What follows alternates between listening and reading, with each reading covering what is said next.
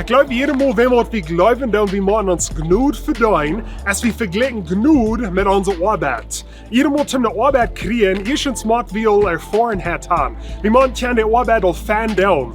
Und dann, wenn wir die Arbeit erst kriegen, dann machen wir nach jeder Tag uns den Lohn verdienen. So falls wir unsere Arbeit nicht fan down, dann haben wir vielleicht auch unsere Arbeit verliert. Und so wir vergleichen Gnod vielleicht mit unserer Arbeit. Wir glauben erstens, dass wir wollen Gnod kriegen bei Gott, mag ich auch so eine feine Person sein. Ich muss auch meine Sinn tachgelohnt haben, damit Gott mir überhaupt was Gnod geben.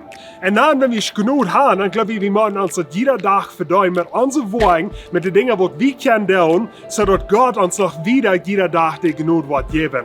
Nur in Römer Kapitel 4, Vers 4 vertelt Paulus von das. Ein Arbeiter sein Lohn wird nicht aus einem Geschenk angesehen, aber das Wort, das er verdient hat.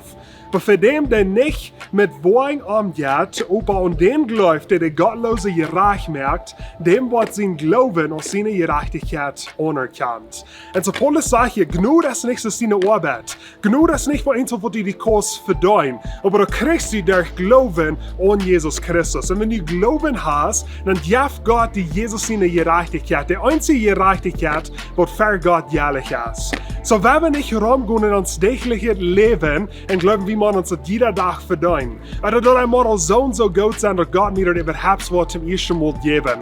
Und so, wir können uns das nicht verdienen, sodass wir uns Lohn bei der Arbeit für verdienen können.